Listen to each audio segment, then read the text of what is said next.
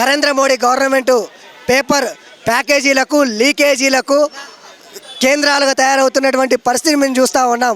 ఎందుకోసమనంటే ఇది గతంలో కేవలం పేపర్ లీకేజ్ అనేటువంటిది గుజరాత్, బీహారు, రాజస్థాన్, హర్యానా లాంటి ప్రాంతాల్లో, ఎన్డీఏ ప్రాంతాల్లో, బీజేపీ పాలిత ప్రాంతాల్లో మాత్రమే ఉంది.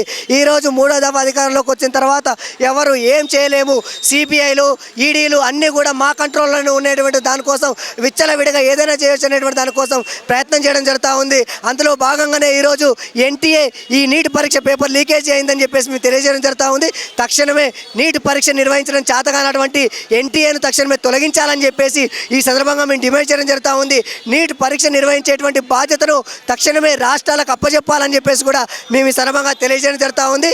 24 లక్షల మంది విద్యార్థులకు అన్యాయం జరిగితే ఇప్పటి వరకు కూడా ఈ దేశ ప్రధాని స్పందించకపోవడం అనేటువంటిది చాలా దుర్మార్గమైనటువంటి విషయంగా మేము తెలియజేయడం జరుగుతూ ఉంది.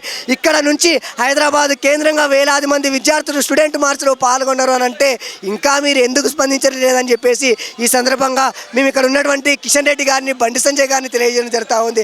అయ్యా కిషన్ రెడ్డి గారు, మీరు ఏదైనా సరే ప్రతిసారి కూడా మీ నరేంద్ర మోడీ గారు పరీక్షపై చర్చా కార్యక్రమం నిర్వహిస్తారు కదా, ఈ పరీక్షలో లీకేజ్ ఘటన పైన ఎందుకు చర్చించట్లేదని చెప్పేసి కూడా ఈ సందర్భంగా తెలియజేయడం జరుగుతూ ఉంది. తక్షణమే దీనిపైన న్యాయ విచారణ జరిపించాలి. సుప్రీంకోర్టు జడ్జిచే న్యాయ విచారణ జరపడంతో పాటు విద్యార్థులందరికీ న్యాయం చేయకపోతే ఇది ఆరంభం మాత్రమే.